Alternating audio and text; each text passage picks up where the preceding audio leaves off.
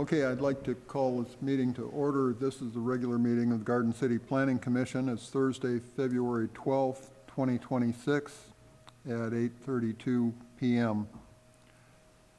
Our first order of business is pledge allegiance to the flag. If everyone would stand, please.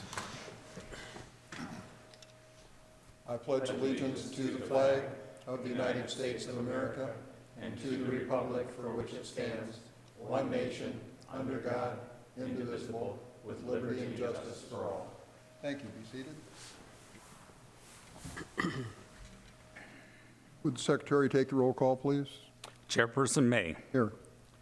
Commissioner Steenberg has asked to be excused. Commissioner Walls. Here. Commissioner King. Here. Commissioner Williams. Here.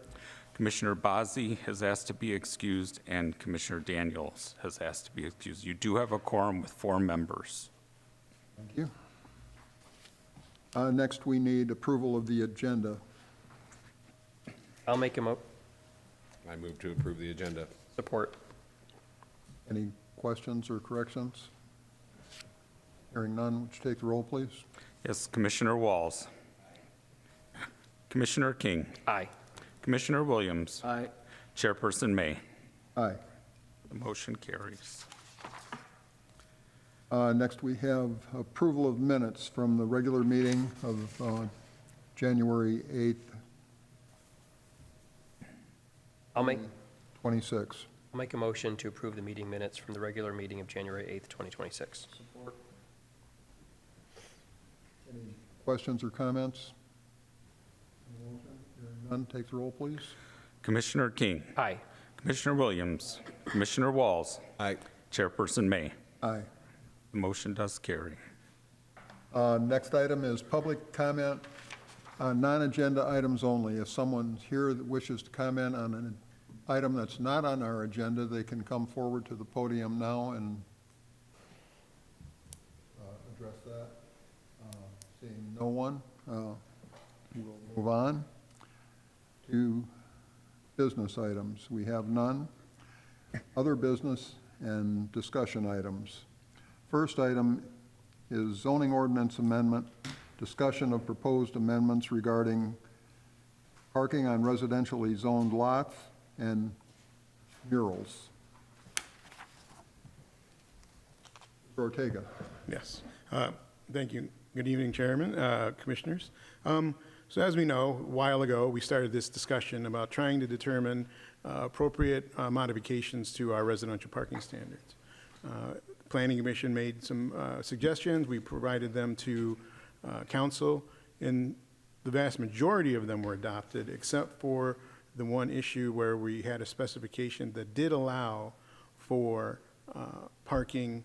It did specify that parking could be in front of a existing residence, in front of the structure itself. Now, the reason that language was included was because the previous text focused on 2 things, focused on where pavement is, but then it also specified where, it had language about where cars could be parked. But then when we made our initial revisions, we focused more, we had one sentence that said, vehicles shall park in the front and side yard, they have to be on a hard surface. And then in the rear yard, they can be on an appropriate surface. And one thing I found while doing this analysis in front of you tonight that just shows the graphics that we created is the interesting fact that I know not all lots we were concerned just about 40-foot wide lots, but I just had the graphic example here for you that says on a 40-foot wide lot, the way the current text is, the current text that we have on the books, a car can park on hard surface, and then the width of the driveway can be 20 feet. But it doesn't say it can't go in front of a house currently. So in theory, and no one's really taken advantage of that, to the best of my knowledge yet, with any new flat work permits in the building department. But in theory, the way the current language reads, on any residential lot, either with a detached garage or no garage at all, a person can have a driveway that's 20 feet in width on their lot and then park on that driveway. So as you can see here with this on the front page of the memo, you have a 40-foot wide lot. You know, if the house chooses to have that, our minimum 3-foot side yard on one side, and if the house can be up to 28 feet in width, because they have to have 9 feet on the other side.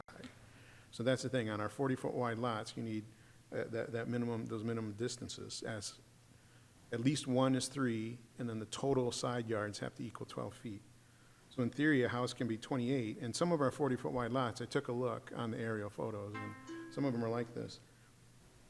They can technically pave now 20-foot wide in that lot and then park on it, because we don't have any specific requirement that says, now in the new text, we don't specifically say you cannot park in front of the house. We only say you can park, you have to park on hard surface. So I just wanted to make that distinction and point it out to start our discussion, because I know that was one point of, one issue we were concerned with, right? We have some smaller lots and they don't, if they could only park, if they couldn't park in front of the house, then they have very limited alternatives, right? This technically gives an alternative. Yes, sir.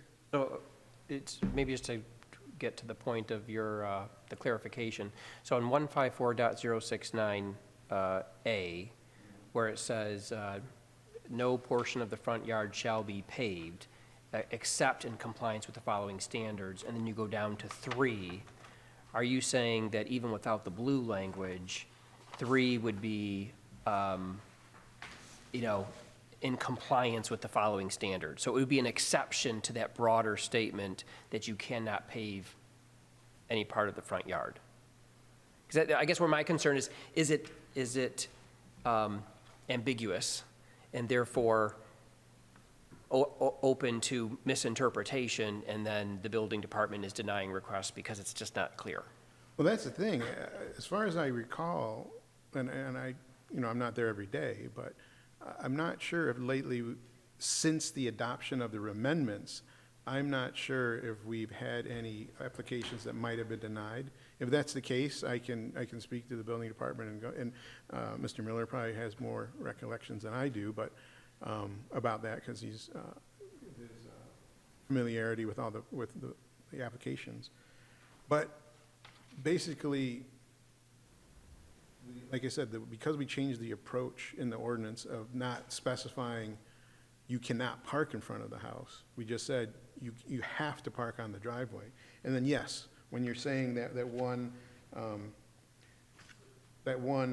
paragraph A, the way it's worded, that's a typical way you write an ordinance, because you try and cover all your bases. Yep. Except for what's covered. So it starts out with, you know, for single-family residences, no portion of the front yard shall be paved or used for vehicle access driveway except in compliance with everything below. So as long as they comply with either 1, 2, or 3, if they comply with that, then they could pave those portions. So that's a work of it. Now, just to let you know, as you go into the rest of the memo, the other graphics that we've created, they aren't to scale. So that's why they're more about providing that dimension. So, you know, the car in the driveway is 20 feet. I mean, we don't have a dimension on that lot, but, you know, that's just trying to show an example of what the requirements are for dimensions for particular elements on a lot. If I could just follow up on my comment, that, I mean, especially given all the snow emergencies, I was happy that Commissioner Williams asked us to come back, because I know what are you supposed to do? But if, I guess my position would be that if your interpretation is understood by the building department and we're not turning residents down, then I don't know why we would even open this up. That'd be my 2 cents. Well, I think because, yeah, sorry, didn't mean to interrupt. But yeah, So, yeah. When do we adopt the new language? that was adopted.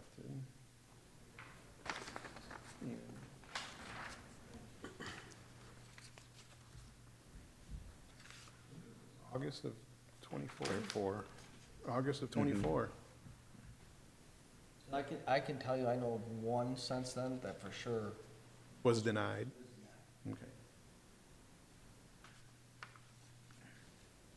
It was, if I could ask, it was formally denied, or they didn't bring it forward because they assumed it would be?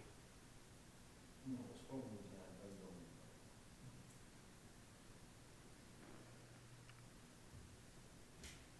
We can, double check my interpretation because in terms of that, and I can work with the building department, making sure that we all understand exactly how this kind of scenario could work out on a particular lot.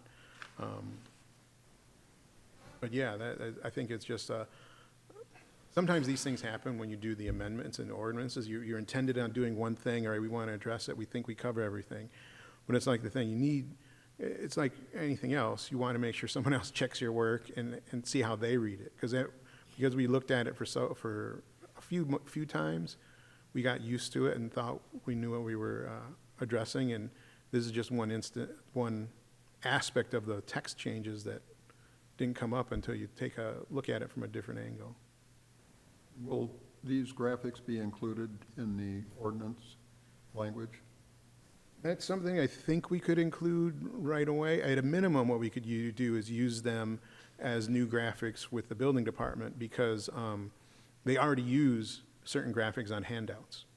So it could be a matter of policy to include these with the applications I think and specify it. graphics would help understand the language a little bit, and whether it's with the ordinance or if it's in an appendix further on, I think it might be useful to include the graphics. Absolutely. And typically within zoning ordinances, while we have been adding more and more graphics all the time, technically, depending on the attorney you speak with, technically the graphics themselves aren't actually regulatory. It's the text that's the actual regulatory part, and the graphics are there similarly to help people understand what they're allowed to do by that language. Well, there are We want to graphics have in them. other parts of the ordinance, though. Right. And that's the thing, we do want them in and like I said, whenever I work on zoning ordinances, we try and put as many graphics as we can to communicate the text, to make it a little bit more efficient. But in the end, so I guess the only thing I don't know for sure is if we wanted to include the graphics in the ordinance, if we'd have to go through and do an amendment or not.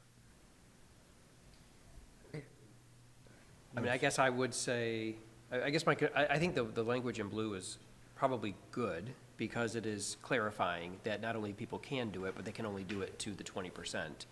I guess my only concern is going back in front of city council, all the context often gets lost, and then does this kind of get away from us? So I would support the amendment that you've proposed. I just think one of us probably should attend the city council meeting to try to bring some perspective to what we were trying to solve here, because last time that didn't go so well.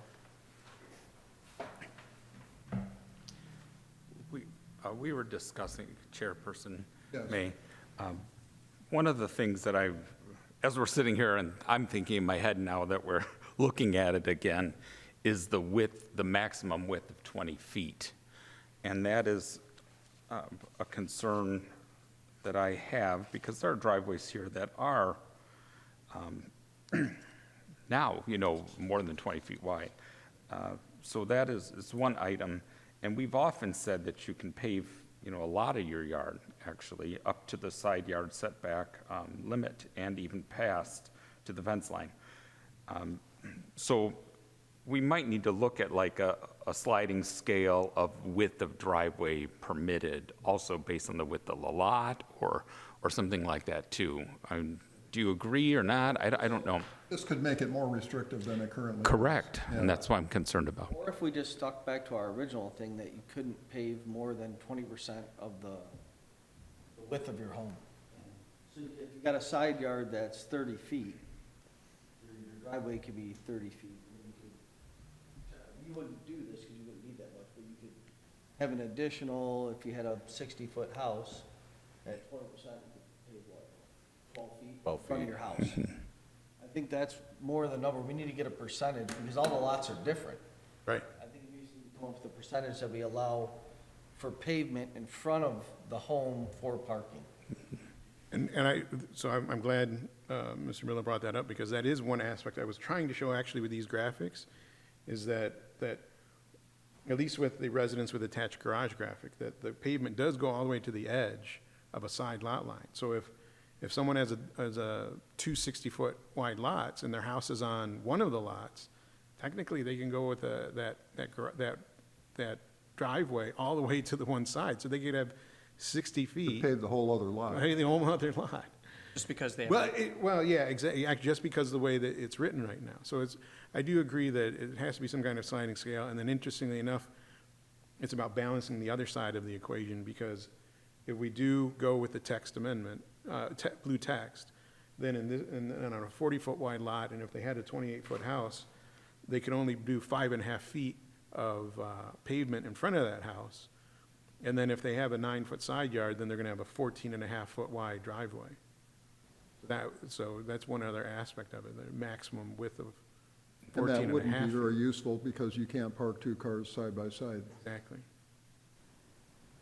So that's the thing, is like, my initially I broached this subject because we wanted to talk about, what options, on the one side of the equation is for smaller lots. But as you can see just by now we have the other side on the other side of the spectrum, not having such a high percentage or high width of the front of the house paved on certain situations.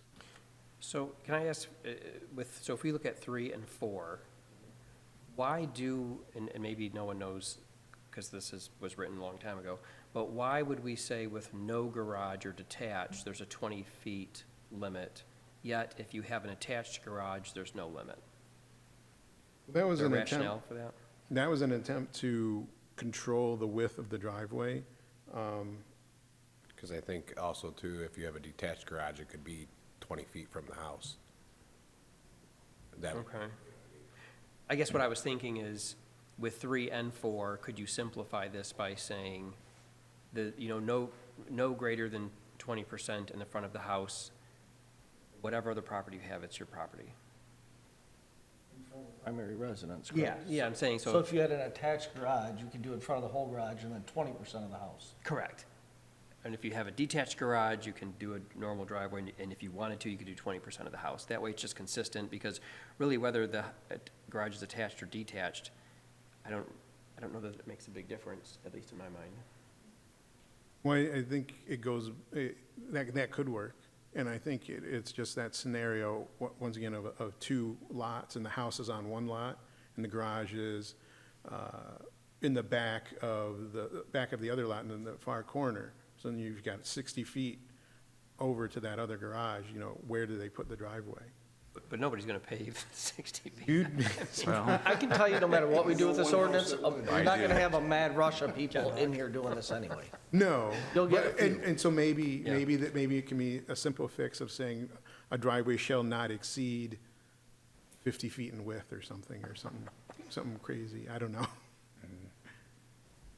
Well, Putting a Well, I cap just on don't it. want it to be On the limiting. lot you're speaking of, though, that'd be a 120-foot lot. Because technically, you cannot have a garage on a lot Correct. without a primary residence. Correct. And granted, that we have very few, if any, of those situations. But a lot of times with our 40-foot wide lots, they might have two 40s. And then not only that, but then, well, yeah, no, that could be one option too. So two 40s and get an 80, depending on the house was reconstructed. Yeah, so if you like, what I could do is try and do a further review of the existing scenarios we have in the city, and then come up with more graphics to try and to show the conditions.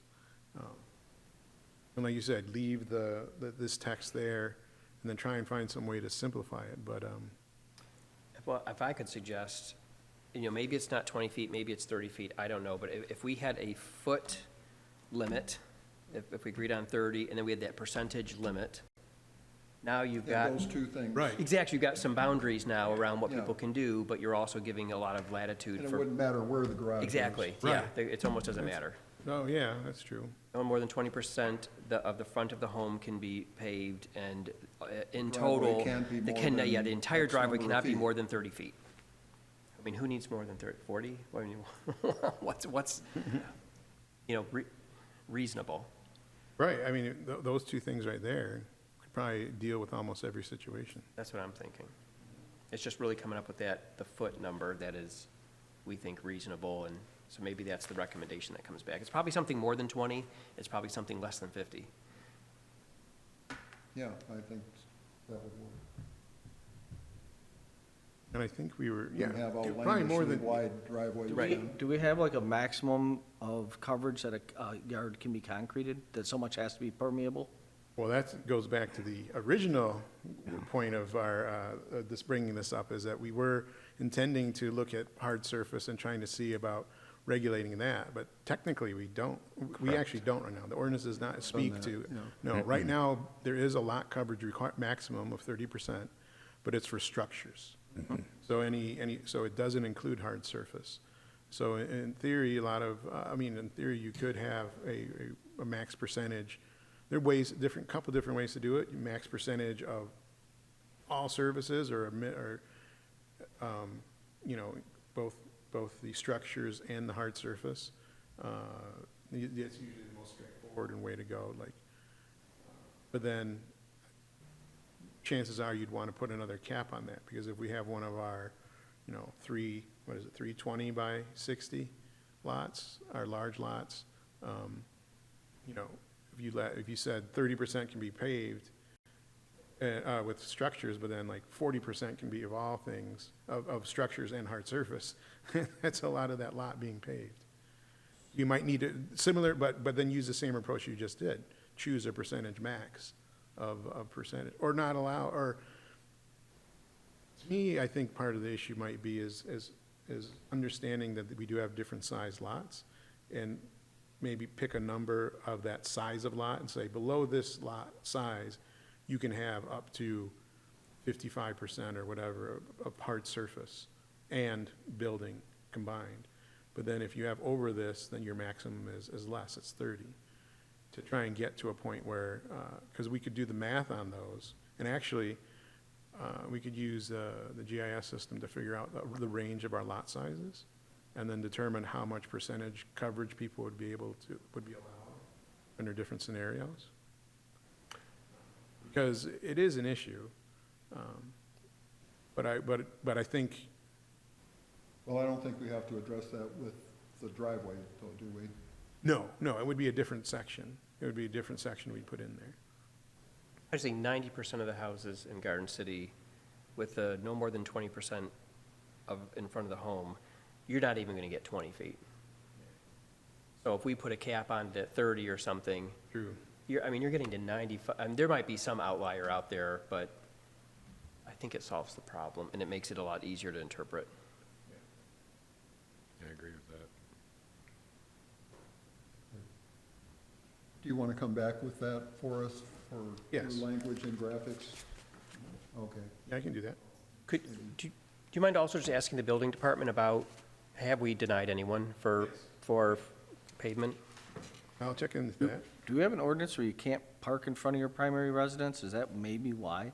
Is it? That's the thing, is that we used to, before these amendments in '24, that was the way that's the other thing, it wasn't even in this section, it was in like another section of the ordinance. Yeah. It was in the schedule of regulations. And there, we specifically said, cars shall not be parked in front of the house except on a driveway, and then, no, we said, yeah, it said cars shall not be parked in front of a house. Well, and I That's what think- it said, that was it. I think that's why that application got denied for that though, too, was because you can't park in front of the house. And he felt if they let them pour that, they would park on it. Right, exactly.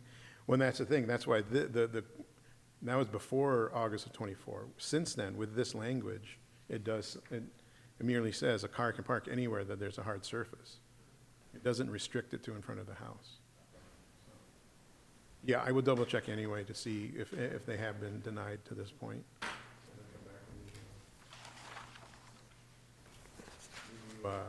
Text as we've discussed in graphics. Do we want to table this, or do you just want to move on? You can ask a second. We don't need a motion, No. unless you want to make a motion to direct the planner to do that, whatever you'd like. I think we're probably okay. Okay, moving on to the murals. Yes. Okay. Okay, Ortega? thank you. Actually, Mr. Miller will be I'll do this spearheading one. this discussion. Oh, okay. Thank you. So we were tasked with kind of addressing murals in the city since we have a few signs that have turned into murals or vice versa, kind of painting that just becomes, non-regulatory painting then is what we have to look at. And so we worked to establish kind of a mural ordinance that would, in essence, permit art to be on the building, but to limit its exposure or content for advertising. So it couldn't say the name of the business, but it could have, if it's a flower shop, there could be flowers there, but it couldn't say the name of the business, is kind of what the wording depicts inside the ordinance. It also does place limits on it, and we're trying to also, in the downtown, maybe people could start to take some of the blank surface and turn it into an art installation, and we would be able to all enjoy that also. But kind of currently, it's a gray area in the ordinance, it's a gray area in the sign ordinance, and we just felt that we would, one, if we even encourage murals, we have nothing to regulate it. And so we felt that it would be important to put regulations forward. And I kind of took a number of communities and kind of merged them into what I thought the city, the city of Garden City could adopt or make it adoptable. And maybe we'll just walk through real quick. Number one would be the mural definition. It's a design or representation painted on or drawn on a wall which does not contain any promotional or commercial advertising. And again, for the most part, that would be determined as the name of the business on it. Shop here now and not put the name of the business, something like that. So that would be kind of the definition, what we would call a mural. And then, of course, purpose and intent, is we can encourage public art, and it may be able to, again, utilize some of our spaces that we don't have anything on. Also, this ordinance would distinguish a mural from a sign. It would also protect our safety and neighborhood compatibility, and also establish clear content-neutral standards for the placement, size, and maintenance of the mural. And so I listed some definitions of what a mural would be. It could be painted on, or it could be affixed to a building. Also, the commercial message, a text, logo, symbol, or image that advertises or promotes a business product, service, or brand for monetary gain. It's kind of what the commercial message definition would be. And then the sign is defined elsewhere in the zoning ordinance, but it's a mural containing a commercial message shall be regulated as a sign and not considered a mural, if that's what is made the determination. Also, murals would be permitted in all of the zoning districts, even residential, except for non-residential structures in the district schools. The library, say the library moves location, say they want to have a mural, it would be a permitted use there also in those kind of non-residential structures in that district.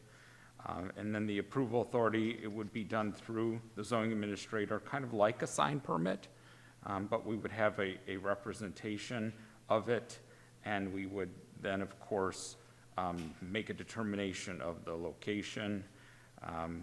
The location would be on a blank or minimally fenestrated walls. That means without a lot of windows in there. I'll make it easier. Also, a mural could be located only at the side or rear facade, not the front facade of a building. It wouldn't obscure doors, windows, fire escapes, anything like that. Also, no roof signage or a mural projecting like a billboard or something on top of the roof. Also, no painting on sidewalks or streets. The size, and again, these are suggestions, proposals, shall not exceed 60% of the wall surface on which it is located, and also shall not exceed 500 square feet. It can be illuminated. We would ask that wouldn't be kind of lights going out this way, but lights shining down on it. External lighting, if used, it needs to be, of course, directed solely at the mural, not elsewhere. No flashing could occur. Also, looked at traffic safety, talked to the police department about reflective materials, things that would distract a driver. And then, of course, murals, they shall not look like traffic signs or signals or anything like that. And then content neutrality and artistic freedom. So this is, again, this is a gray area, but it also, it can be regulated without regard to the viewpoint, ideology, or artistic expression, as long as there, of course, isn't anything that's indecent, obscene, or unlawful on the painting. And of course, that would be regulated through with the city ordinance prohibiting indecency and obscenity on there. Also, there would be a maintenance section here. Of course, it has to be maintained. Also, if it becomes dilapidated or damaged, the property owner will have to have it removed or painted over within a 90-day notice. And then murals approved for a limited duration. Say somebody wants to put up a 120-day, or maybe Michigan's turning 250, a 250-day mural at the state or something like that. It would have to then come down. At that time, there would be time limits also will be on the application process. So that's kind of the portion of the ordinance that we could look at, we can discuss, we can call public hearing. I want input, so please give me some input. I was trying to make it so that it would be easy for us to, of course, interpret when it comes in. Also require that they give us a small representation what it's going to be, so that when they're out there, it can't be different than what was approved. That has to be part of the application process, and that it would really just kind of follow the same form as a sign permit, but it really isn't a sign. It's really a graphic representation or artwork. It seems like differentiating between a sign and a mural might be kind of subjective and difficult. I'm just wondering how we can do that without creating problems for ourselves. Well, it is a very difficult situation at times because of recent case law with the Supreme Court and the idea that signage is, any review and approval of signage is intended to be content neutral. So that means whenever I review a sign permit, I'm technically not looking at the sign content. But to answer your question, so that's why these definitions tend to thread the needle and talk about content neutrality, and then also thread that needle of artistic expression. But then in the end, while we wouldn't be reading it, it's the key thing is this commercial message situation definition. And when a person comes in, if they are going to be saying, well, I want to advertise my business, I want a sign, that's one thing. But if they say I want to do a mural, I was like, well, as long as it's commercial, you have no commercial message, then it could be considered a mural. And so I think that's one aspect of it. And If you have a market and you put a bunch of fruits and vegetables on your mural, is that not advertising? so that is a very thin, very difficult line to walk. And I admit, I will have to reacquaint myself with some of the other case law, because there are some other case law about that particular situation. It wasn't fruit, it was fish, actually. It was a fish market. And they put fish on the side. So that is something that, from my recent experience in the past, I have had instances, actually it was a bakery called Lone Wolf, and they wanted to put a wolf on the building, and we told them it's Name of the commercial. business, yeah. It's commercial message because it's a means of identifying that particular business. And I do believe that's the standard, is if it's a means of identifying the business itself, then that can be interpreted as such. And that's why these are sometimes really hard to regulate. But we would develop a policy to ensure that, how we would interpret the commercial message aspect. And then, As far as a Practice business as owner, such. why wouldn't you want to do something to promote your business? Why would you do something different? well, the, You know what I'm saying? Like, if I owned a business on Ford Road and I could do a mural, it would definitely have something to do with my business to bring attention to it. well, but there's other, actually, we have as an example, in the city of, one where someone wanted to call attention, but they chose to have it be, there are other ways to call attention without necessarily being the business. Three Arrows, Yeah, 3 arrows. Three Arrows, Salon. Salon on Ford Road, just past the, it's right next to the The other Garden tattoo City parlor. Pawn, yeah, and Garden yeah. City Pawn, yeah. They came and they were asking about painting a sign on the side, and so without, and this was several years ago. At that time, I had to work with them to determine that, and this is our current policy, that the zoning ordinance has specific things for signage, you're allowed a maximum sign. So I said, as long as you submit a sign permit, and you submit that this is your sign, and it meets that, the sign standards in the ordinance of the maximum size, within that area, you can do your sign that advertises your business. And then anything around it, if you paint something around it, as long as it's not part of that commercial identification, they could do it. And they chose to put in flowers. Flowers and ferns and things like that, yeah. So, and that's kind of like, we can't regulate the color of a building, so they could paint, ferns all over their building, I guess, and we couldn't stop it now. Would I be, don't think. I would be less worried about a fish market painting a fish on it, Yeah. or, called Lone Wolf, have a wolf that looks cool. I would be more worried about political messaging or issues, anything going that route, But like you said, if you're a fruit market and you got a cool looking apple on the side, who cares? Here's a perfect example. There's a new shawarma place on Ford Road, just west of Vinoy, on the north side. The whole side of that, it's in Westland, but the whole side of the building's, Big shawarma. yeah, it says shawarma, it's got a picture of a shawarma, it's got the business name on it. Yeah. Looks bad, but you're saying they couldn't do Basically, that. that's just more signage, and they would be exceeding their limit of signage. And that is the issue. A lot of times, people may, it's like that's, yeah, a lot of times people may try and come in and try and find ways to maximize their signage, which is perfectly permitted, and as long as they're provided within the zoning ordinance, that's fine. But, the city has chosen, and it's a common practice throughout the country that, and based on Supreme Court law, that the city can't choose to regulate the time, place, and manner of signage, so that it's not overly obtrusive or obnoxious or to that effect. So that's why we have our current regulations with regards to those dimensions. And then, but the mural is just a way, in theory, is, once again, it's intended to be drawing attention to the community and make a more artistic expression. And then if it draws attention to a particular building, then that's okay. So how do you, so when the application comes in, who determines what is, like with signage, you can say it's this big, blah, blah, blah, but with a mural, it's kind of like the eye of the beholder type thing. Who determines that's okay to go on that wall?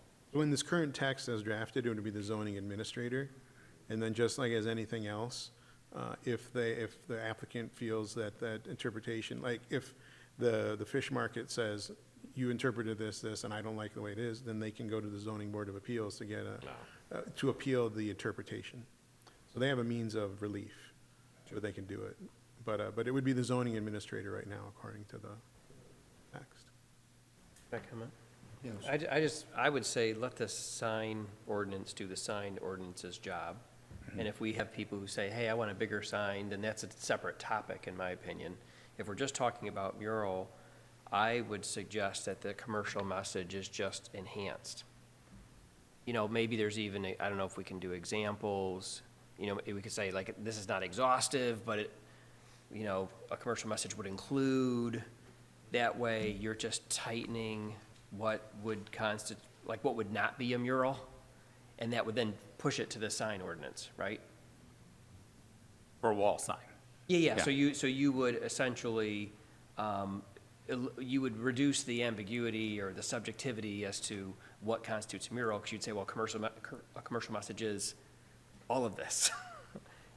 You know, anything that represents the business, et cetera, et cetera. And then, you know, like I said, if people have issues with the sign ordinance, then that's a separate topic. Okay. So currently, we can stop them from having a shawarma place and saying the shawarma place on it. If they want to paint their building hot pink, they can do whatever they want.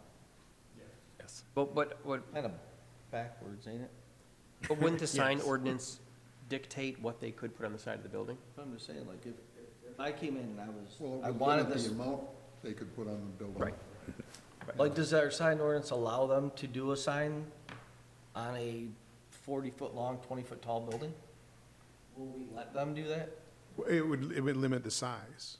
So the size limit is, you get 1.5 square foot per linear foot of building for sign area on your frontage. You have a little bit bonus on the sides if you're on a side street or facing a parking lot. And then, but there's a maximum. There's a maximum percentage, maximum sign.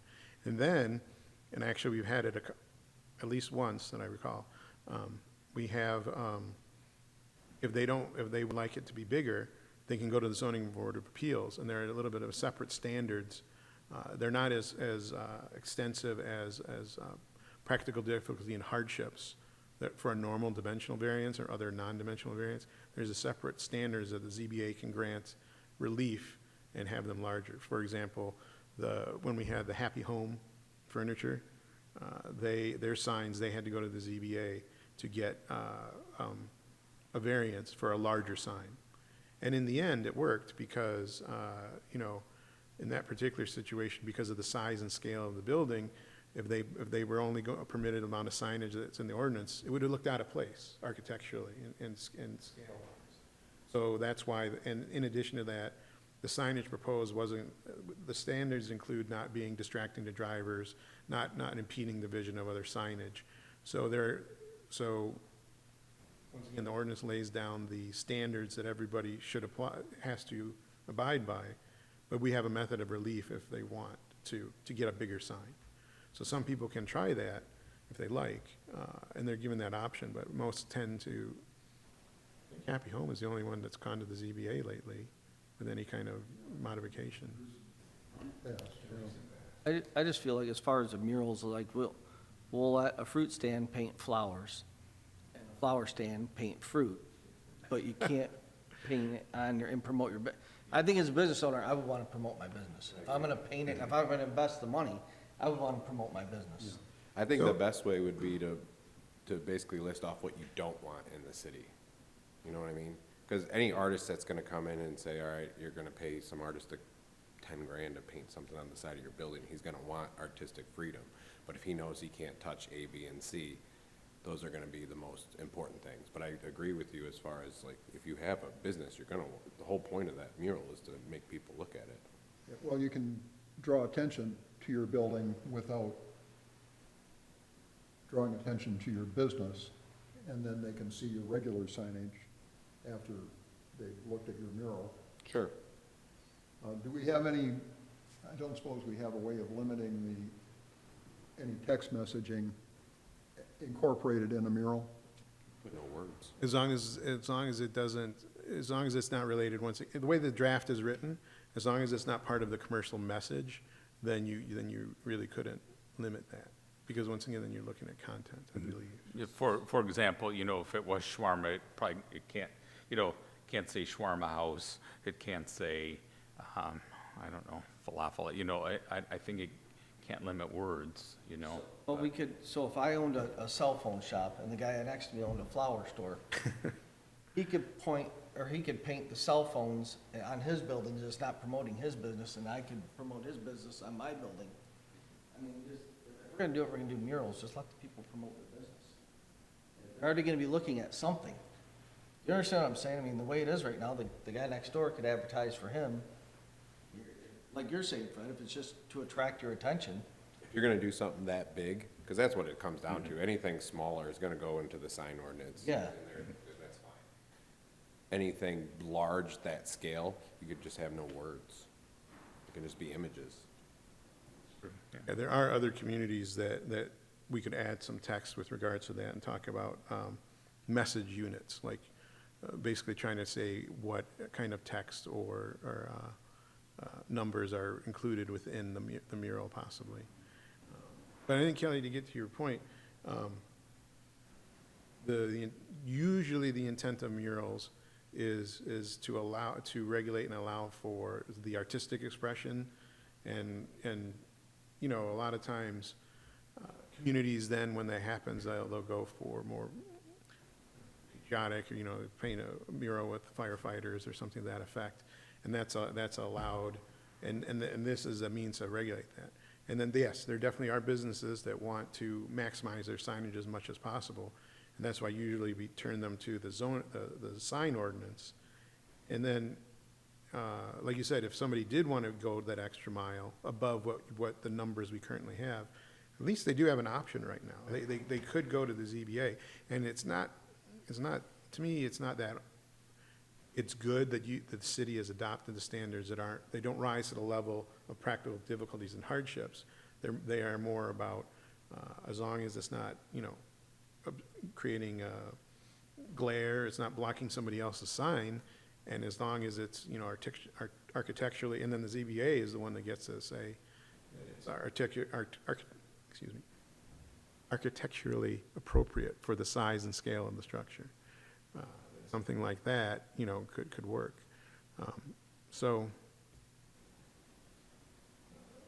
I mean, in my minds too, the way I always think about it, and in terms of regulations and when we have maximums, is we want to have everybody playing on the same ball field.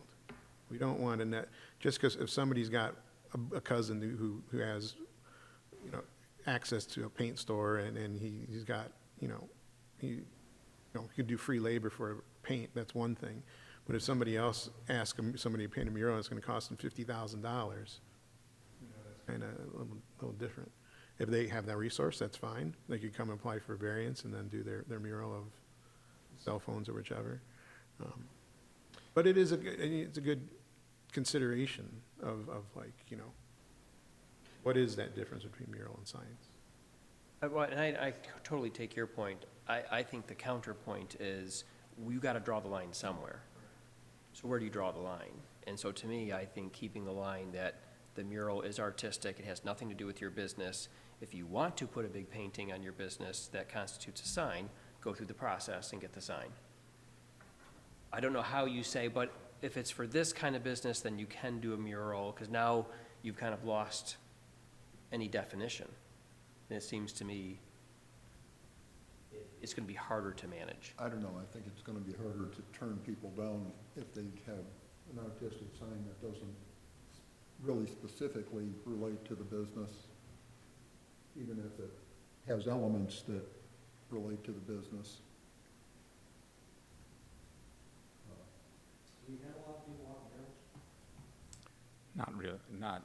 Not really, but we're just I kind of looking think this is forward kind of to. like the same thing Yeah. with the driveway thing. You're gonna get a couple people that do it, the vast majority aren't gonna.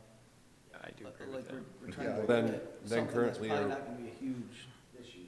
So currently what happens is if you wanted to paint a mural, you'd go apply for your signage, that would get denied, then you go to the ZBA. And yeah, maybe just keep it like that, and then that way too, there's a regulation as far as, and then I don't know how you can test the waters there to see if more asking, but Well, we were trying to create language that could take it out of the gray area, so that we're not, because the sign ordinance, the recent case laws, like, we need to start to kind of crack down on our sign ordinance to protect the city, basically. And is that Reed versus? Reed Gilbert. We have Reed versus Gilbert.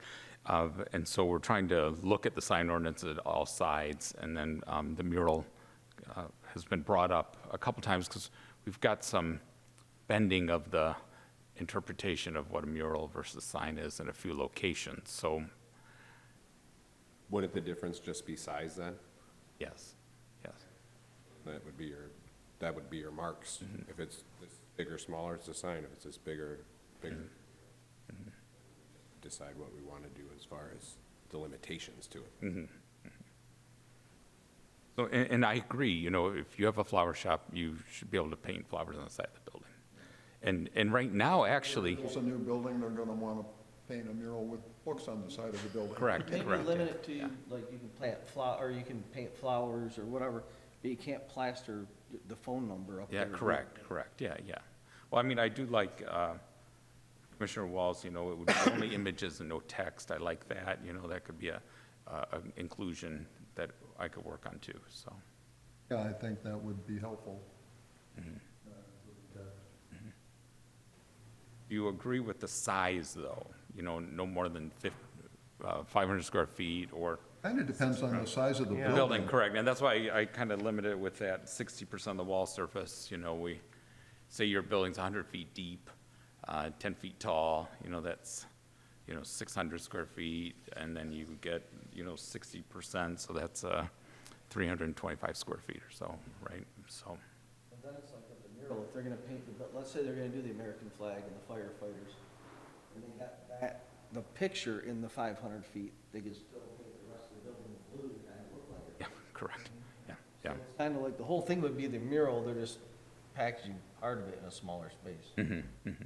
And that's actually a recent example of someone having this issue, Sharon's Heating and Cooling. When they moved in, on the side of the building, he originally had a larger logo on the side. It was pretty big, relatively speaking. I let him know the size of the sign. He was like, but can I paint the rest of the building? I was like, yes, absolutely. So he painted the rest of that side of his building, his company color of the blue, or the teal or whatever, and then he just shrunk his sign a little bit. So he painted on the side of that building. So, yeah, colors and other aspects, once again, that can't be regulated, so they could do that fine. They can get creative and find ways to achieve their goal. Would the exception process for the murals also go through the zoning board? Or is it just, it's the Yes. permit, yes, no, okay, well then, We have to give them an out also, you Yeah, know, so a relief. the reason for my question is something like this good enough? Get something on the books, and then we have processes for exceptions, and then we learn and modify as we go. Yeah, I mean, They're saying that I think that's mural, appropriate. they could appeal that to the ZBA? If it is beyond the limits of the Part of the ordinance, sign ordinance, or just as a regular appeal, a regular appeal. not, so it wouldn't have the same format as the sign ordinance? Correct.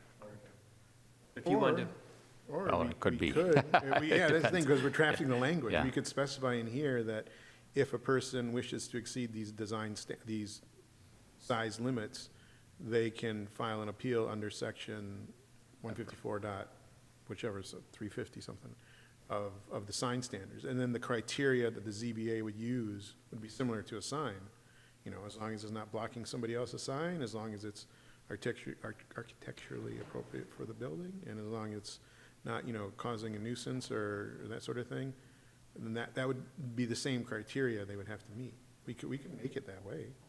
I mean, this probably solves for 99.99% of anybody who wants to do it, and we have a process for those who say, well, actually, I want to do 65% of my building. Okay, we have a process for that.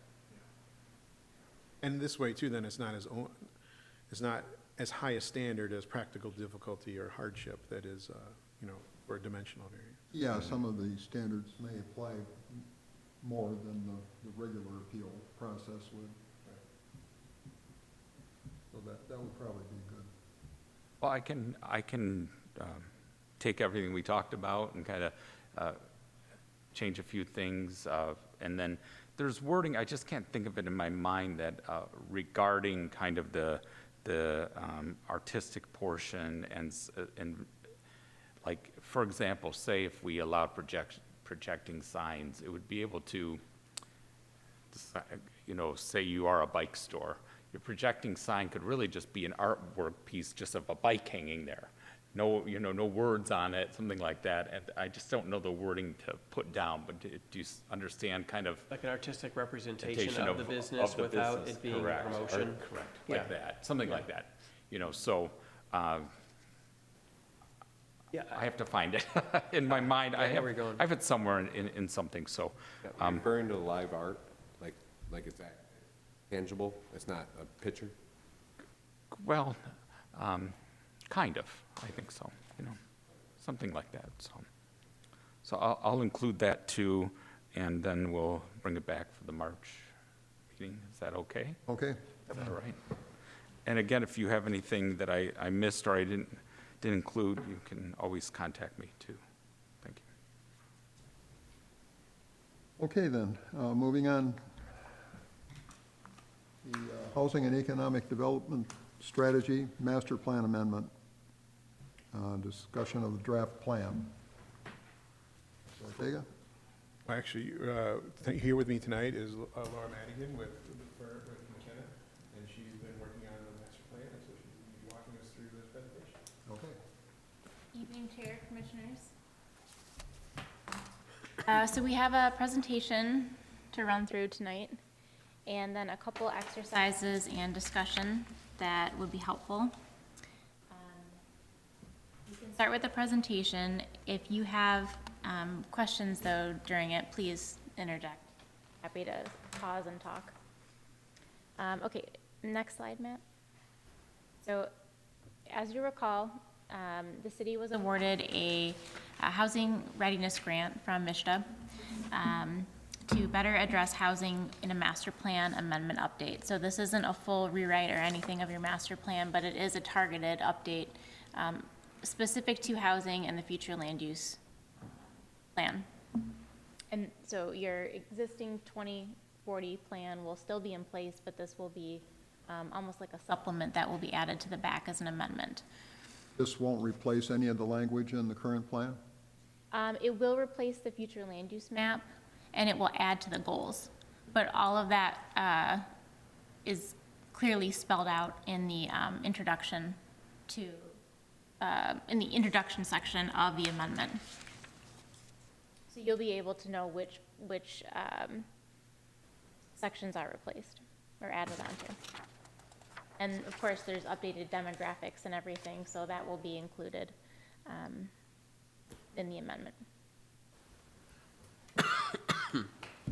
So just a couple demographic and housing highlights on the current condition and projected trends that I think we should keep in mind as we discuss future housing needs across the city. And these have been pulled from the information that was provided in your packet, or provided ahead of time. So, similar to other communities in Southeast Michigan, Garden City's population is projected to age. The population overall, you can see here from 2024, that's what this graph is showing, is slightly declining, but the segment of population that is 65 and older is slightly growing. So that, increases the need for strategies to allow aging in place, and for seniors to perhaps move into more maintenance-free housing. Next slide. When you look at the percentage of the population with that identifies as having a disability, that percentage is higher in Garden City when compared to Southeast Michigan. So in this chart, the green bar, it represents Garden City, and the blue is the metro region. It's rather similar until you hit the 65 plus category, and then it does tend to spike a little bit. So again, it's drawing attention to the fact that we need to be planning for aging in place and those with accessibility needs. Can I just comment on that? Maybe I'm thinking about it differently, but I would almost flip it and say, what are we doing to attract young families? This And is, I understand the notion, I have a lot of empathy for people aging in place, but I don't know, like, it would be the city's goal to solve that problem versus making sure we made our city attractive to younger families, and so, am I thinking about that wrong, or? no, that's, we need to be thinking about all spectrums, right, of the community. So, this is really relevant, for aging in place and for folks, that have accessibility needs, but we are gonna talk about, Okay. young professionals and family starters and how to attract them and accommodate them as well. Next slide. So the age of housing stock also is something to consider. Over 96% of the homes in Garden City today were built prior to 1990, which means that the Fair Housing Act requirements for accessibility had not yet kicked in. So that means we don't have a specific audit of this. That is not possible for this project. But by knowing when the homes were constructed and when that requirement came into place, the majority of homes, I think in Garden City, you have a considerable amount of ranches, which is great for that single floor. But that doesn't necessarily mean that the entry into the home is zero step, or that the corridors have been modernized in doorways to accommodate accessibility. So just another consideration when thinking about future housing needs.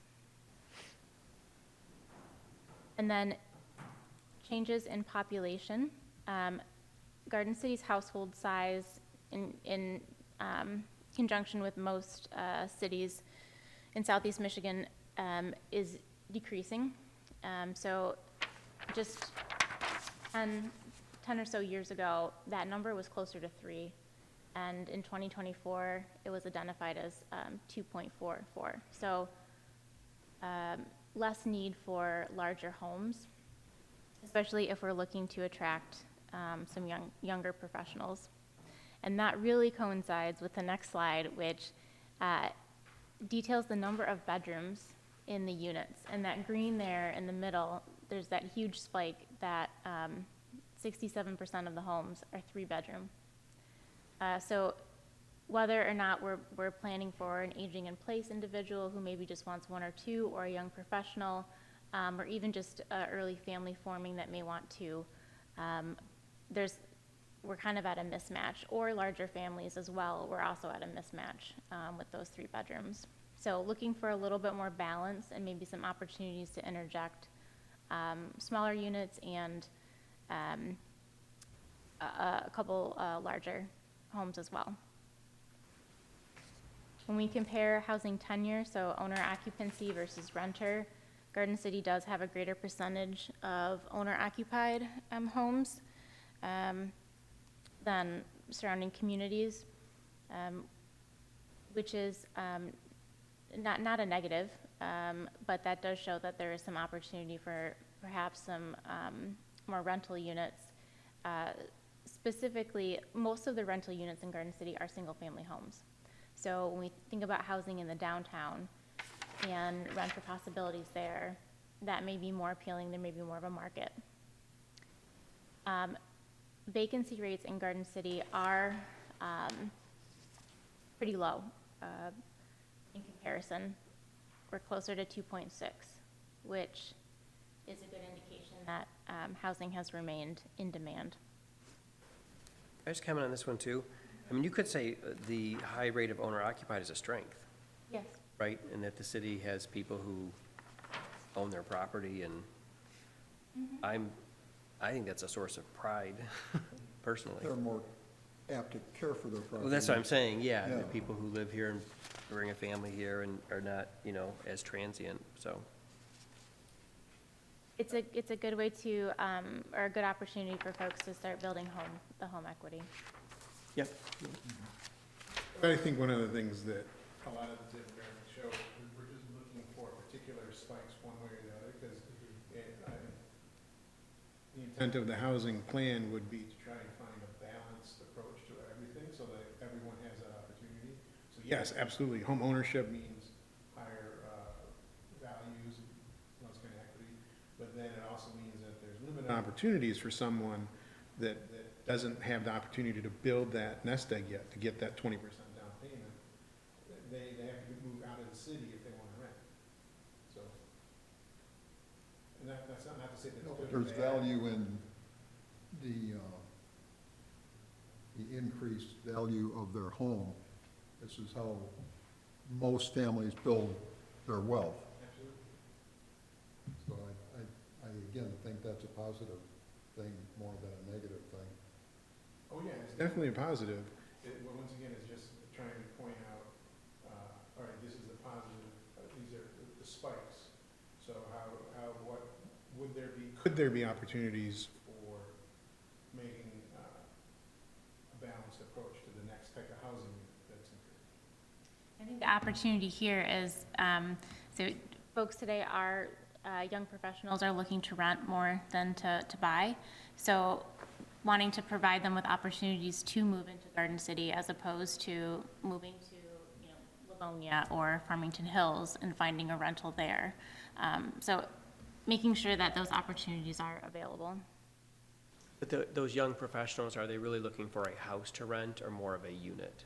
A unit, right? So that's where, we're gonna be like landlocked and, like the Orin opportunity, I think is gonna Yeah, be we great. have But, Opportunities downtown in a couple of Right. spaces, but right. But if you looked at all of if you considered a home or an apartment a unit, if you added up all the units, I would have to believe Garden City has a lower count or lower ratio of actual rental units. Do you know what I'm saying? We're gonna have more single-family homes Yes, than we probably do. any city around us.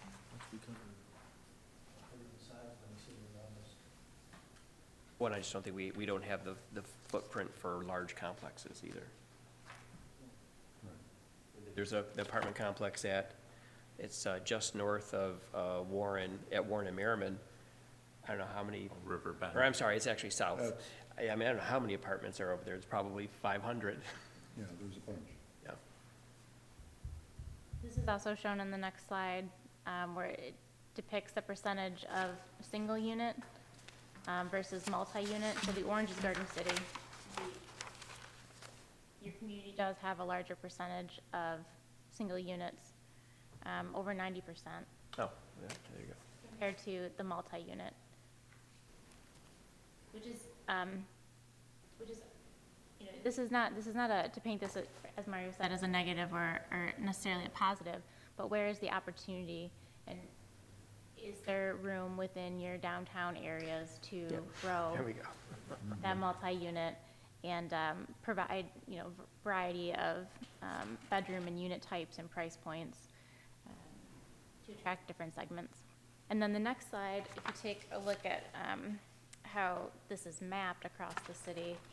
So the lighter yellow represents, each dot represents a unit. The orange, which is mostly just south of your downtown, is attached condo housing, and then multifamily housing kind of surrounding the downtown periphery. Your downtown Garden City plan, your DDA plan, estimates that there are only 77 residential units within your downtown area, which is very, very small, right, percentage. And when we think about the opportunity to increase that and to have more households and residents that can populate your businesses downtown, that would be a real win. It checks a lot of boxes. So that's, I guess, and I probably should have read ahead, but your slide on the single versus multi-unit, there's a correlation to the prior slide, right? For more home ownership, and whether you're a young professional or you want to age in place, having a concentrated facility downtown kind of solves a lot of this. The next couple slides show the feedback that we heard from the community. So there was an open house here, which some of you attended, so thank you. But then there was a couple months of a survey that went out to the community, and several questions regarding housing were asked, and the community preference for new housing anywhere in the city.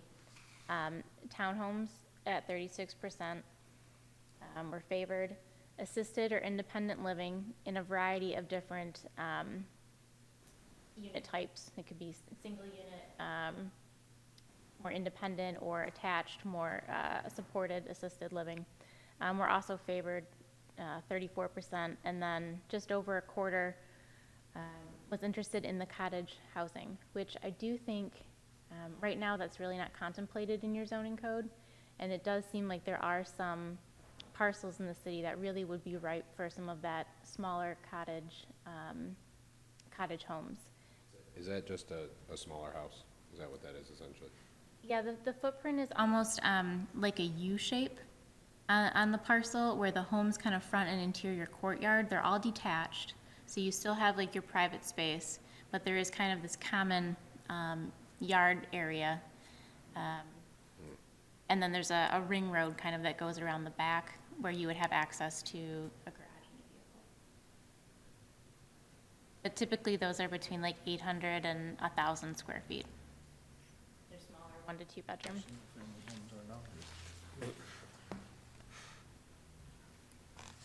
There was a question specific to housing in the downtown and what was palatable for a new development. 3-story mixed use was found by the majority to be acceptable at almost 63%.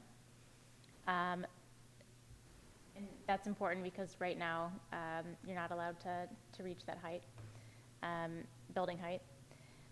Residential only buildings within the downtown were favored by some, 30%. And then a quarter of survey residents found that 4-story mixed use could be acceptable downtown. So there was a bit of a range on that. We also asked if 5 stories would be appropriate, and just under 20% found that would be okay. And then another almost 20%, no change. Did Orin land at 4? Yes. But the top will not look, I think the design is it'll look like a 3-story, even though there'll be a 4th. Actually, that one was supposed to look like a full 4-story. It'll look like a 4-story, okay. I think the economics don't work at a 3-story. They take a big part of it, yeah. It is. There is a lot that you can do with your zoning code, though, to ensure that it doesn't feel like just a giant massing. I'm sure, Mario, you've discussed this, but step backs and other ways to modify the architecture can make a difference. Pulled just a couple quotes from the survey that we felt were relevant. All of the public engagement data, the full results, will be included as part of this project, but we need affordable senior housing with ease of access and adaptability to senior needs. I'm hoping materials would be reminiscent to that small town feel with brick, so quality, durable materials, but also with accents that look more modern. We want to encourage all age groups to our city. And then walkable downtown with trendy shops, restaurants, and bars. There were many comments related to this type of atmosphere and kind of like a destination, but you also need folks living in that environment to support it as well. And then the following quote, more of a downtown feel. So this is a master plan update, which is the long-term vision for the community. However, we are making specific zoning recommendations for the Planning Commission and Council to review following adoption of this plan. So the zoning isn't changing with this plan, but we are making recommendations for further study so that you are able to enact your master plan and future land use map, right? Zoning is the tool that allows you to implement that, so we need to be making some pretty precise recommendations. Some of the things that Mario and I are looking at with changes include increases to the maximum allowable building height, especially in the central business district. Even the R3 multifamily zoning district is 2.5 stories, which, you know, a townhome is probably gonna be 3. So are there ways that we can reduce red tape to, you know, encourage the type of development that is still at the right scale, but is what you want and will work with the community, fit with the community? Right sizing of parking requirements, especially for multifamily, and the senior facility ratios are pretty high. So I think there's some tweaks to make to that to just kind of modernize, because you don't want to have unnecessary impervious surface either, right, for the environment or for adjacent property owners to look at. Adjustments to the maximum lot coverage, it's pretty standard that 30% is the maximum lot coverage in most of your districts. When you look at even the existing multifamily structures that are out there, you know, that are constructed today, most of them would not meet that standard, they would exceed it. So want to make sure we're correcting that and eliminating some of those nonconformities. Looking at how can we streamline and just make the review process more transparent and easier for developers to understand, so that when they look at your zoning code, they know what they really can build and where, and have a higher degree of predictability. That's important. And then the intent sections that, you know, are the preamble to each of your articles. So for the central business district or your multifamily district, want to make sure that those are really reflective of the type of development that the commission and city council desire. Because that's also, right, a flag to developers as to what is desired here and what will be, what can be approved. Any questions on the zoning recommendation section?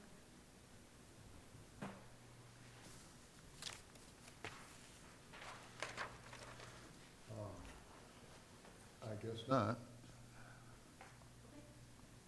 The Just next, one item. Yeah. Back on the zoning, just real quick. One of the recommendations that we should look at also kind of setbacks too. So in their adjustments to maximum lot coverage, but the last number of multifamily structures that have come before us have required variances because we just couldn't, what was requested to be built just wouldn't work with our ordinance. And so I think that'd be important to look at. Yeah, we have a lot of smaller lots that make it difficult to meet the setback requirements. Correct. If there's going to be a multifamily structure. We just saw that in our last EDA meeting. Yes, yes. I got a So- question as far as the adjustments to maximum lot coverage. Are we looking at doing that in all the districts, all the zoning districts, or just in certain ones? probably just in certain ones. But like residential specifically. That's what I'm saying. But I think- On a 60-foot lot, you build a five-bedroom house, isn't going to be within the 30% that we now are looking at. I don't see it happening as much with single-family homes as I do with the multifamily. Yeah, it's gonna take more Then- space. Then it's more obvious that they need a little relief from the setback requirements. And the height requirement, I think that's gonna be more important, because townhouses Yeah, build up. they're now gonna wanna go 3 stories rather than our 2.5 or whatever we're allowing. And downtown can go, I think, should go Yeah, higher. well, that's- Yeah, That's 4-story, yeah. yeah. And giving, modifying the dimensional standards allows for more creativity and more options, because with townhouses, sometimes you have the townhouses where it's all, the building itself is all residential living, and then they have either a carport or parking in the back. But some building types now have 3 stories where the garage is attached and it's below, it's on that first floor, and then the living is above it. So you can get those different kind of options, and then they could have more alternatives. How does the city look when we have the townhouses with the flat roofs where there's open space up top? Is that like a half foot? How do we look at that? So right now, the way it's worded is we measure height on a flat roof to the, not directly to the parapet, but to that flat roof. But if it's as a pitched roof, it's a midpoint between the peak and the eaves. Okay. And It's just that- a measurement, not. Right. yeah.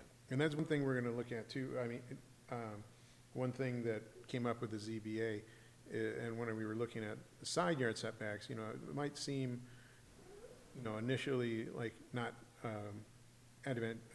something you want to encourage because, oh, you'll have these, larger buildings right next to, potentially next to single-family homes. But right now, within our current ordinance, you know, single-family homes can be up to 35 feet. And then, but that's, once again, midpoint between the peak and the eaves. And then that can be 3 feet away from a side lot line, right? Whereas right now, we require multifamily buildings to be 20 feet away from that side lot.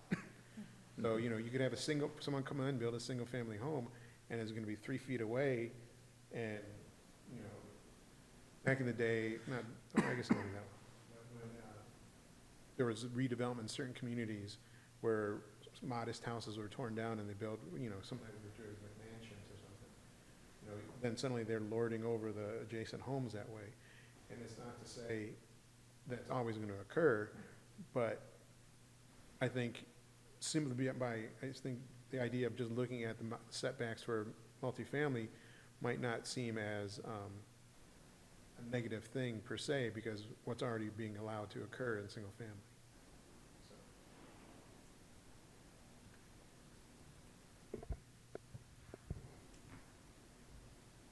This next part, I'm sorry. did Go you- ahead. Oh. This next part, I wanted to just do a quick housing goals exercise with you to get some feedback on priorities for housing that you have, you know, based on your experience with the Planning Commission and as, you know, community representatives. What are the 5 most important housing goals that should be reflected in this master plan? Currently, so this is a 2-page handout. The first page details what your current master plan provides as far as goals as related to housing. And it's really just 1 goal and then 3 objectives. So this is something that we can definitely expand upon and need to. The reverse page on the back, that lists a number of 12 different housing goals that are really represented in the statewide Michigan Housing Plan that was adopted in 2022. So we are looking to better align this master plan amendment with the state's goals so that we're all rowing in the same direction. What I would like to know from each of you is which of these goals is really top priority. So number 1 would be the most important that you feel for Garden City as a whole, and then number 2, 3, 4, and 5. So if you could read through these and let me know. We can take a few moments to do this now, or if you'd like to do it at the end of the meeting. Whatever you think would be best. Just take a couple minutes to read Yeah, them. we can take a couple minutes and go through it now, I guess. If you have any questions, please let me know, or if you think something is missing from this, that would also be helpful.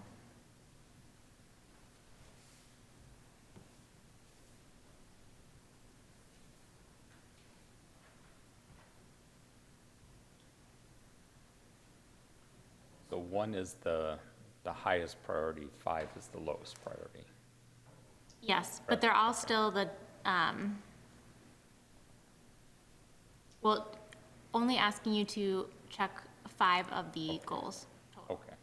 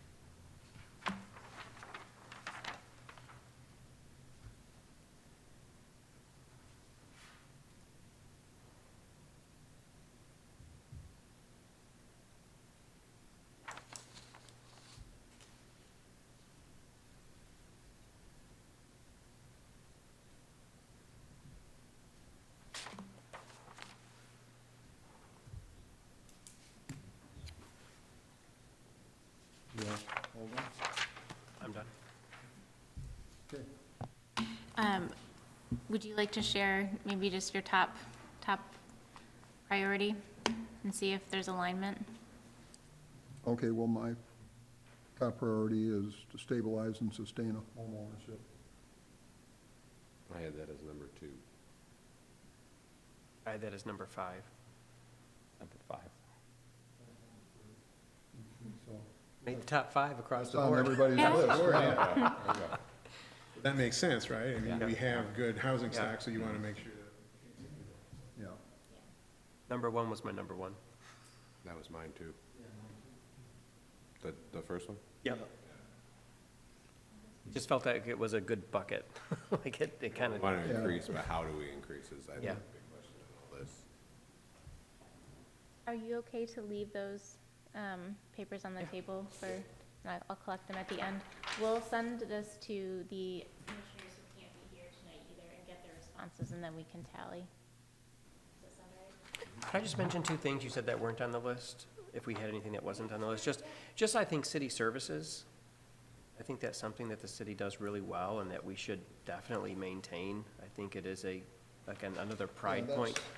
That's probably the best way we can help people age in place. 100%, yep. The streets get cleared, trash gets picked up, water main We have- breaks get We have fixed. assistance for people that need help around the house. Yep, yep. So I How do just we think, zone our ordinance better? I don't know if we can Maybe- legislate that. maybe it's a footnote. I just think city services are really important. And the other one I was just going to mention is business friendly. That we are trying to attract businesses, especially for like the young professionals who are looking for the trendy places that we are, ushering through permits and that sort of thing so businesses can thrive. Well, good points. And the city services really is tied to your housing quality and retention. And then business friendly does have a correlation to creating an atmosphere that will entice people to come to live in the city. Because if there's destinations or Right. businesses that have their services, that'd be one way to do that, to build up demand and interest in the housing market, right, by having those kind of businesses. So they can go hand in hand, and it's all about those economic development criteria that could encourage additional, those type of businesses that were included during the goal, the public comments that we received that help create that. And it's like, sometimes it feels like a chicken and an egg thing, but a lot of times, one helps the other. Which goes first. I would say it's like a flywheel effect, the more, the things that are working, you said like rowing together, but like the things that are all pushing in the same direction and helping each other out. And Frank, you kind of reached that conclusion that we kind of had with the demographics, and it's like, once again, we're not saying anything's good or anything's bad, it's just that there's certain spikes, but then where would the solution lie? Well, if there's a lack right now, we don't have as much rental as other communities, and then we also have these other demographics that would like those rentals, and then but once again, we're landlocked, where do they go?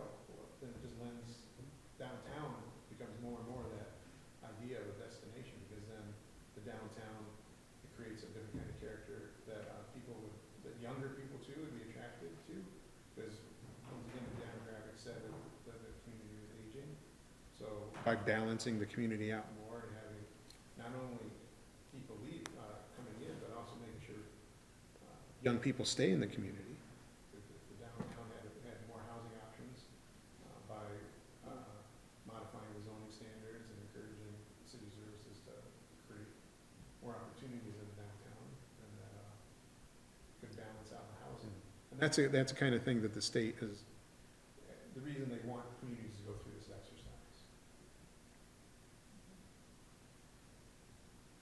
Back when we were talking before about attracting younger families, I think part of our ability to do that is the fact that we have good, low-cost housing stock in the city. Our housing prices are relatively low compared to all of the surrounding communities. And so I think, you know, that in itself will attract them, but the ability to have something downtown along with the commercial area, that's gonna be a real game changer for us, I think, when we can get that going.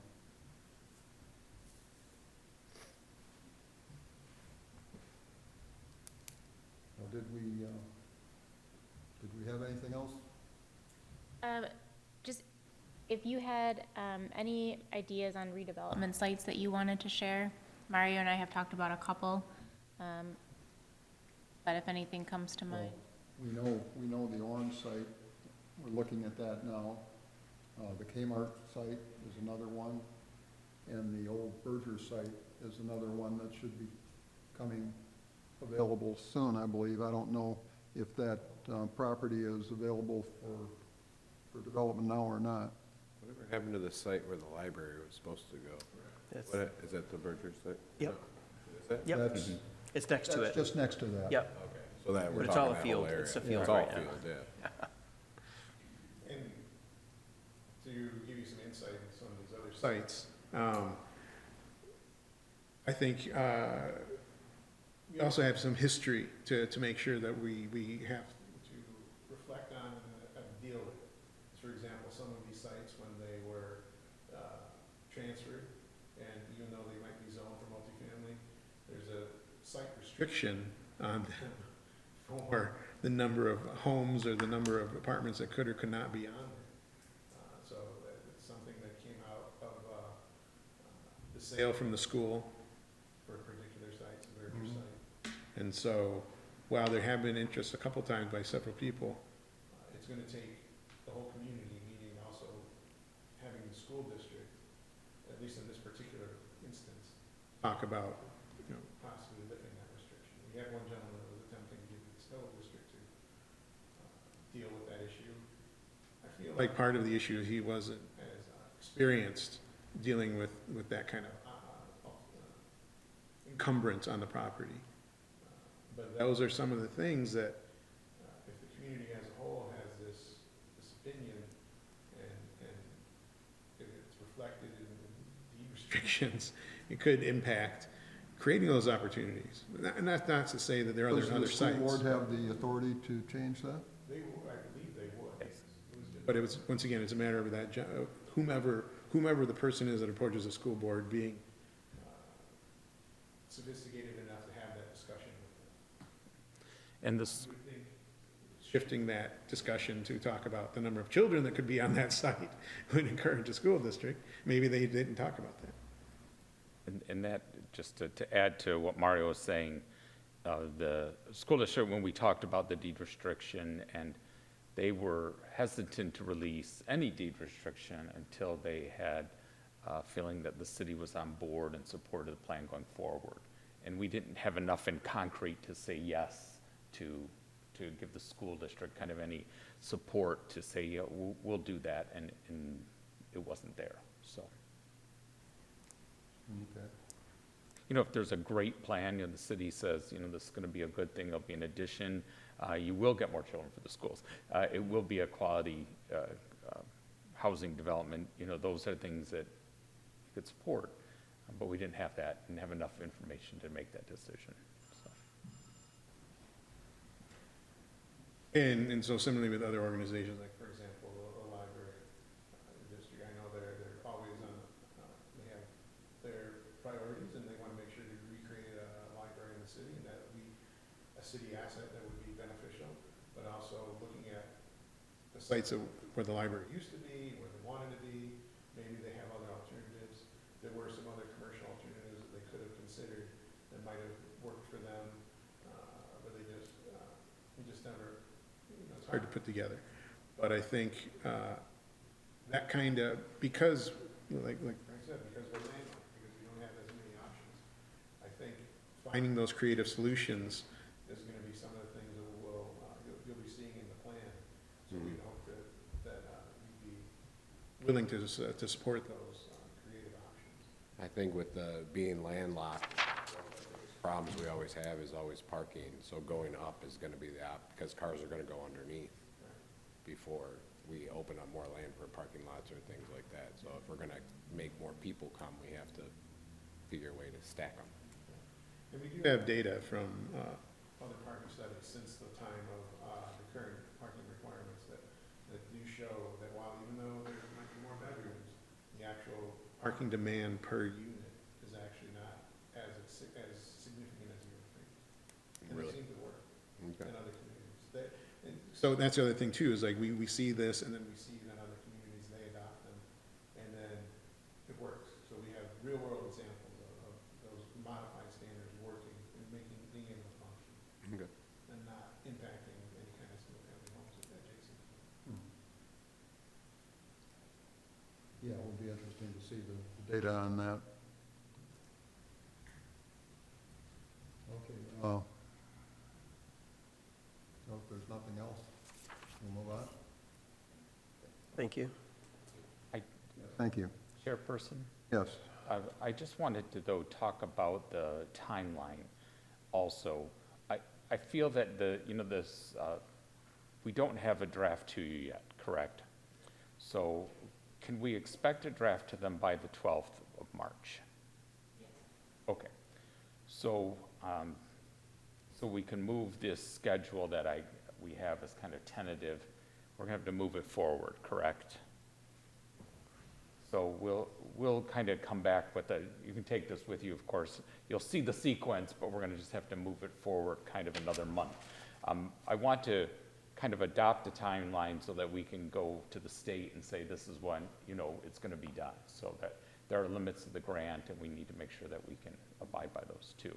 And we're kind of pushing it, but with the timeline in place, then we aren't pushing it. So, but we'll adjust it a little bit more. Make that request, of course, to MISTA, and then for the 12th, we'll have something more in place for you to have, to begin the process for more input during that time, the 63 days. Is that fair? Do we agree? And the schedule is there to show you all the various steps that are required by state law to allow for that. And the good thing is that the 63-day period typically is for the adjacent communities and the regional communities to provide comment. But it can also be a time where the city also works on that draft language. We get comments from everyone and modify it accordingly. Still eligible to be modified at the end of that period?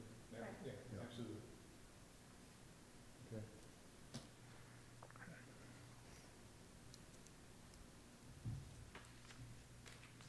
All right, next, schedule a public hearing.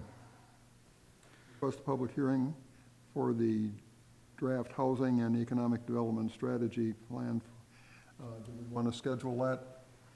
I think we can wait until the next meeting. Is that correct? Yes. Okay. So we'll wait then. We'll wait till the next meeting on that. And next, we have commissioners' comments regarding planning and zoning matters. So, I don't know anything. Nothing? Nothing. Nothing for tonight. yeah, No. okay. I have nothing. Next regular planning commission meeting is Thursday, March 12th, 2026. And if there's no other business, I'll entertain a motion to adjourn. Motion to adjourn. Support. Motion made and supported. All in favor? Aye. Motion carried. Meeting's adjourned.